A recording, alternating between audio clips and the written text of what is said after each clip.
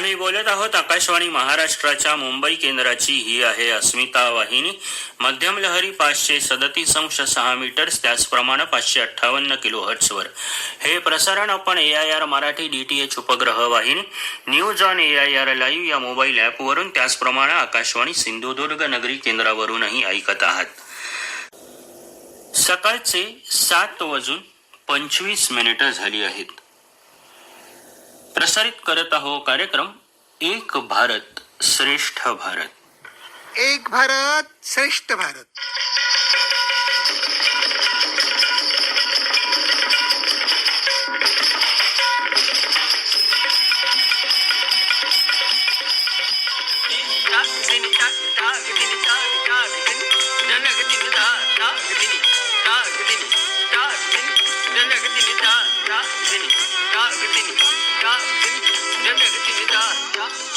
एक भारत श्रेष्ठ भारत. नमस्कार श्रोते हो. एक भारत श्रेष्ठ भारत या कार्यक्रमात मी प्रतिभा आपलं मनपूर्वक स्वागत करते. श्रोते हो, राजस्थान हा शब्द ऐकताच आपल्या डोळ्यासमोर काय येतं बरं? बरोबर, राजेशाही थाट, तिथल्या लोकांचा पेहराव, राजे महाराजे यांचा या राज्याला लाभलेला ऐतिहासिक वारसा. हो ना? एकीकडे वाळवंटी प्रदेश तर दुसरीकडे राज्याची श्रीमंती दाखवणारे अगदी कलाकुसरीने सज्ज असे मोठमोठे महाल, राजवाडे. राजस्थान राज्य आपली कला संस्कृती परंपरा जपत आहे. राज्यात जयपूर, उदयपूर, जोधपूर, बिकानेर आणि अजमेर इथे विद्यापीठही आहेत. परंतु स्त्री साक्षरतेचा विचार केला तर सर्वात कमी महिला साक्षरता असलेलं हे राज्य आहे. तर राजस्थानमध्ये हा स्त्री शिक्षणाचा अभाव का आहे आणि एकूणच महिलांचं शिक्षण आणि त्यांचे अधिकार याविषयी आज आपण चर्चा करणार आहोत. त्यासाठी आज आपल्या सोबत आहेत ॲडव्होकेट विजय आगळे. हे काही काळ केंद्रीय अन्वेषण अर्थात CBI विभागात अधिकारी म्हणून कार्यरत होते आणि आता मुंबई उच्च न्यायालयात वकील म्हणून कार्यरत आहेत. नमस्कार सर. एक भारत श्रेष्ठ भारत या कार्यक्रमात आपलं मनपूर्वक स्वागत. नमस्कार सर. मुलाखतीला सुरुवात करताना मला सगळ्यात आधी हा प्रश्न विचारावासा वाटतो की राजस्थान राज्यातील शैक्षणिक टक्केवारी जर आपण पाहिली तर प्रामुख्याने महिलांच्या साक्षरतेचा आकडा कमी असण्यामागे कोणती कारणं असू शकतात, काय सांगाल? सर्वप्रथम मी सांगू इच्छितो की एकूणच देशातील महिलांचे साक्षरता प्रमाण हे अतिशय कमी आहे. जर आपण टक्केवारी पाहिली तर एकूण टक्केवारी 70.3% आहे. आपण जसे म्हणालात त्याप्रमाणे राजस्थानची ही महिला साक्षरता दर हा अतिशय कमी म्हणजे 52.1 आहे. आता जर याचे प्रमुख कारण आपण पाहायला गेलो तर राजस्थान हे जे राज्य आहे हे जुन्या विचारांचा पगडा असलेलं एक राज्य आहे. त्याला ऐतिहासिक वारसा आहे हे बरोबर, परंतु खेदाने मला असं नमूद करावं असं वाटतं की तिथे जे स्त्री पुरुष भेदभाव जो आहे हा फार मोठ्या प्रमाणात तिथे मला आढळून आला. मी जेव्हा केंद्रीय अन्वेषण ब्युरोमध्ये कार्यरत होतो तेव्हा माझी पोस्टिंग जोधपूर या शहरात झाली. अतिशय सुंदर शहर आहे ते, ऐतिहासिक वारसा असलेलं. परंतु जेव्हा मी तिथे पाहिलं तर एकंदरीतच वातावरण जे स्त्री पुरुष समानतेचं जे आपण म्हणतो तसं तिथे मला बिलकुल आढळलं नाही. कारण तिथे स्त्रियांना फार वेगळ्या प्रकारे वागणूक दिली जाते. आता त्याची जर प्रमुख कारण आपण पाहायला गेलो तर मला तरी वाटतं की एक वैचारिक जी पुरुष प्रधान संस्कृतीची जी विचारसरणी आहे की भाई बेटी तो पराया धन होती है, म्हणजे मुलगी लग्न करून दुसऱ्याच्या घरी जाणार आहे, मग तिला का शिकवा, शेवटी मला म्हातारपणात माझा मुलगाच कामाला येणार आहे. ही जी विचारसरणी जी चुकीची आहे, ही जी विचारसरणी आहे हे माझ्या मते प्रामुख्याने स्त्री शिक्षणाचा जो कमी टक्केवारी याची हे एक प्रमुख कारण आहे. परंतु मी हे असं अजिबात म्हणणार नाही की फक्त हे एकच कारण आहे की ज्याच्यामुळे स्त्री कमी शिकलेली आहे. त्याच्यासाठी भरपूर कारणे त्याच्या कारणीभूत आहेत. त्याच्यात एक दुसरं प्रमुख कारण म्हणजे अंधश्रद्धा. अंधश्रद्धा एक असं कारण आहे की ज्याच्यात माणूस आपली पूर्ण सारासार विवेक बुद्धी विसरून तो वागायला लागतो. याचं एक थोडक्यात मी उदाहरण सांगतो की मी जोधपूर या ठिकाणी जेव्हा माझी पोस्टिंग होती तेव्हा मी सरकारी कामानिमित्त सकाळी जीप मधून निघालो होतो. माझा ड्रायव्हर आणि मी काही काळ व्यवस्थित प्रवास केल्यानंतर अचानक माझ्या ड्रायव्हरने जीप थांबवली, ती रिव्हर्स घेतली आणि रस्ता बदलून तो जाऊ लागला.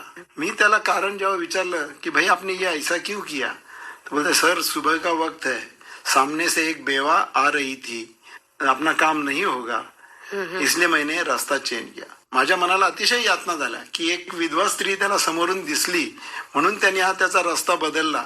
म्हणजे ही विचारसरणी जी आहे ही किती चुकीची आहे. कारण तर मी त्याला त्याची कान उघडणी केली, पण एक समजून आलं की पुरुषांच्या मनात स्त्रीबद्दल काय भावना आहे ते मला समजून आलं. ते एक माझ्या मते एक प्रमुख कारण आहे की अंधश्रद्धा पुरुष स्वतःला श्रेष्ठ समजतो, स्त्रीला कनिष्ठ समजतो. त्यामुळे पण हे पण एक साक्षरतेचे कमी असण्याचे कारण आहे. आता अजून कारण जर पाहायला गेली आपण तर तिकडे एकत्र कुटुंब पद्धती जास्त प्रमाणात आहे. एकत्र कुटुंब पद्धती जास्त असल्यामुळे कुटुंब प्रमुख जो असतो तो जी बोले ती पूर्व दिशा, आणि त्या कुटुंब प्रमुखाची नको तितकं वर्चस्व असल्यामुळे तो मुलांना शाळेत पाठवेन, मुलींना पाठवणार नाही, जे मी जसं सांगितलं तसं ते एक कारण आहे. जसं आपण म्हणतोच की मुलगी म्हणजे एक हे आहे, आपल्यावर कर्ज आहे, त्याच्यामुळे कन्या भ्रूण हत्या फार मोठ्या प्रमाणात होतात. त्या कन्या भ्रूण हत्येचं पण एक फार मोठं कारण आहे जे स्त्री साक्षरतेवर परिणाम करतात. एकंदरीतच सामाजिक परिस्थितीमुळे स्त्री ही स्वतःचा आत्मविश्वास गमावलेली असते. परिस्थितीमुळे तिच्या एक शिक्षणाबद्दलच एक उदासीनता निर्माण होते की मी काय करणार आहे पुढे जाऊन. त्याच्यामुळे तिच्यात एक उदासीनता निर्माण होते आणि ती स्वतः शिक्षणापासून वंचित राहावी लागते असं मला वाटतं. आणि सर हे घरातली जी आई असते, करती स्त्री असते, तिनेच त्या मुलीच्या मनावर कुठेतरी लहानपणापासून बिंबवलेलं असतं. कारण का तिच्या आईने सुद्धा तिच्या मनावर तेच हे केलेलं असतं. हे पिढ्यानपिढ्या तसंच अविरत सुरू असतं. आणि मग ती येणाऱ्या पुढच्या पिढीला सुद्धा तिच्या चाली परंपरा रीती काय आहेत, त्यांच्याकडे कसं वागलं पाहिजे तेच पुढच्या पिढीलाही सांगत असते. हे जेव्हा बदलेल म्हणजे घरातून त्याची सुरुवात व्हायला हवी. बरोबर सर, आता तुम्ही ही वेगवेगळी कारणं सांगितली आणि त्या सगळ्यांचं एक कारण असं एक प्रकर्षाने जाणवतं ते म्हणजे स्त्री शिक्षणाचा अभाव. तर स्त्री शिक्षण ही काळाची गरज आहे, याबद्दल सविस्तरपणे तुम्ही काय सांगाल? नक्कीच स्त्री शिक्षण ही काळाची गरज आहेच. त्याचं एक छोटस मी हे सांगतो, एका पुरुषाला जर शिक्षित केलं तर एक व्यक्ती शिक्षित होते, आणि एका स्त्रीला शिक्षित केलं तर एक संपूर्ण कुटुंब शिक्षित होतं. बरोबर. याचे कारण स्त्री ही कुटुंबाचा केंद्रबिंदू असतो. आईच्या रूपाने ती भावी पिढीवर संस्कार करू शकते. त्याच्यामुळे एक स्त्री जर शिकली तर पूर्ण कुटुंब शिक्षित होण्यात मदत होते. स्त्रीने शिक्षण घेतलं तर तिचा बुद्धीचा विकास होईल, तिचं ज्ञान वाढेल आणि याचा फायदा हा संपूर्ण समाजाला होणार असतो. शिक्षणामुळे स्त्री ह्या चांगल्या वाईटाचा विचार करू शकतात, त्यांच्यात आत्मविश्वास निर्माण होतो व त्या स्वावलंबी व आत्मनिर्भर बनतात. सुशिक्षित स्त्रीमुळे पर्यायाने कुटुंबाचीच प्रगती होते. शिक्षणामुळे ती नोकरी करून कुटुंबाला आर्थिक मदत सुद्धा करू शकते. शिक्षणामुळे जसं आपण म्हणालो तर अंधविश्वास दूर होण्यास मदत होईलच, आणि देशाच्या उज्ज्वल भविष्यासाठी स्त्रियांचे शिक्षण अत्यंत महत्वाचे आहे. आज आपण पाहू शकतो आजची स्त्री शिक्षणामुळे किती प्रगत झाली आहे. प्रत्येक क्षेत्रात ती पुरुषांच्या खांद्याला खांदा लावून चांगल्या प्रकारे काम करीत आहे. इस्रो सारख्या अंतराळ मोहिमांमध्ये किंवा संस्थांमध्ये स्त्रियांचे योगदान पाहून खरेच अभिमान वाटतो. त्यामुळे संविधानाने जो भारतातील स्त्रीला जे दिलेला हक्क आहे त्याच्या हा जो शिक्षणाचा हक्क आहे हा तिने पुरेपूर बजावा, आणि स्त्री शिक्षण ही काळाची गरज आहे असे मला वाटतं. बरोबर. सर, आता तुम्ही म्हणालात की संविधानाने शिक्षणाचा अधिकार स्त्रियांना दिलेला आहे, तर संविधानामध्ये नमूद केलेले महिलांसाठीचे जे अधिकार आहेत जे प्रत्येक स्त्रीला माहीत असायलाच हवेत, तर त्याबद्दल सांगा ना, कोणते अधिकार आहेत ते? मी तर म्हणेल की भारतीय महिला किंबहुना संपूर्ण महिला वर्गाला संविधान हे त्यांच्या एक मुक्तीचं द्वार आहे. पण दुर्दैवाने संविधानाकडे जास्त विचार केला जात नाही किंवा जास्त स्त्रीला प्रामुख्याने तिचे काही हक्क आहेत हेच मुळात माहीत नसते. अशिक्षित तर सोडा, पण सुशिक्षित स्त्रियांना जरी विचारलं आपण तर त्या पण त्यांना सांगू शकणार नाही की त्यांचे हक्क काय आहे. तर उदाहरणार्थ मी जर सांगेल, कारण संविधानात जर आपण चर्चा करायला गेलो तर त्याला पूर्ण एक वेगळं सेशन लागेल. तर मी थोडक्यात सांगतो की जे कलम 14 ते 18 जे दिलेलं आहे संविधानाचा, त्यानुसार समानतेचा हक्क आहे. सर्व स्त्री पुरुष लिंग कुठचाही लिंग वेगळं नाहीये, प्रत्येकाला समान अधिकार आहे. ते आर्टिकल 14 ते 18 मध्ये दिले आहे. आर्टिकल 19 मध्ये विचार व बोलण्याचा हक्क दिलेला आहे. कलम 42 जे आहे संविधानाचा त्याने नमूद केलेलं आहे, प्रसूती दरम्यान स्त्रियांना विशेष सवलत दिली जावी. संविधानाने महिलांना सक्षम, समता, न्याय व सुरक्षा देण्याचा पूर्ण प्रयत्न केलेला आहे. महिलांना सन्मानपूर्वक वागणूक व अनिष्ट प्रथांचा विमोड करण्यासाठी व्यवस्था केलेली आहे. स्त्रिया संवैधानिक अधिकार मिळवण्यासाठी माननीय सर्वोच्च न्यायालय व माननीय उच्च न्यायालयात याचिका दाखल करू शकतात. म्हणजे खाली कोणत्याही न्यायालयाला दाखल न करता तुम्ही आर्टिकल 32 प्रमाणे डायरेक्ट सर्वोच्च न्यायालयामध्ये 226 प्रमाणे तुमच्या राज्यातील उच्च न्यायालयामध्ये तुम्ही दाद मागू शकता. हा एक संविधानात दिलेला एक अधिकार आहे स्त्रियांना. तर आता लैंगिक हिंसाचारापासून मुक्त राहण्याचा अधिकार आहे. मतदान करण्याचा तसेच सार्वजनिक पद धारण करण्याचा अधिकार आहे संविधानाने दिलेले. कौटुंबिक कायद्यात समान अधिकार असण्याचा कायदा दिलेला आहे. योग्य वेतन किंवा समान वेतन तो हक्क आहे.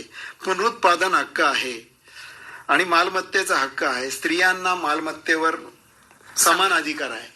सर, तुम्ही आता स्त्री विषयक हक्क आणि त्यांचे कायदे सांगितलेत, तर यात काम करत असताना तुम्हाला काही असे अनुभव आलेत का? तर त्याबद्दल एखादा अनुभव सांगा ना. एक उदाहरण, मी माझी एक स्वतःची केस सांगतो मी, की एक विवाहित स्त्री होती.